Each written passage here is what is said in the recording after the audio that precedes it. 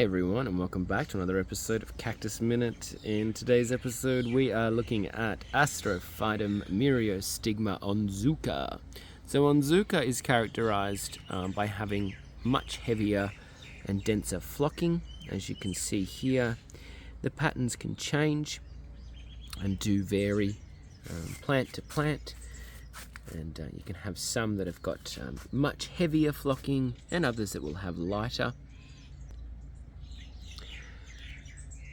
They are not overly difficult plants to care for, keeping in mind they are slow growing, as are all Astrophytum, and to keep them happy they need strong light.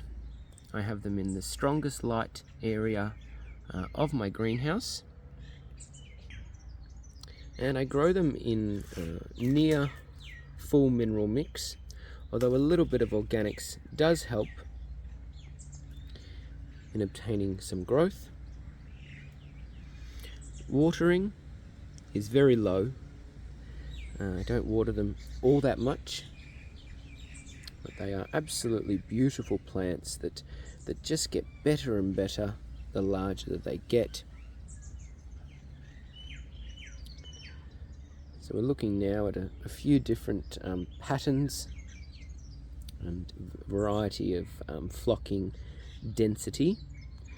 This one here is a V type, so it's characterized by the V's, as you can see down the ribs, and of course that beautiful heavy flocking.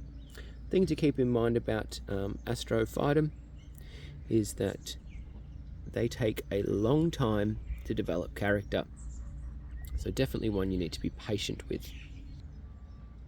This guy here is grafted, however they can equally be grown on their own roots without too much trouble. It's one of the Astrophytum cultivars that doesn't lose strength or vigor with through the hybridizing process.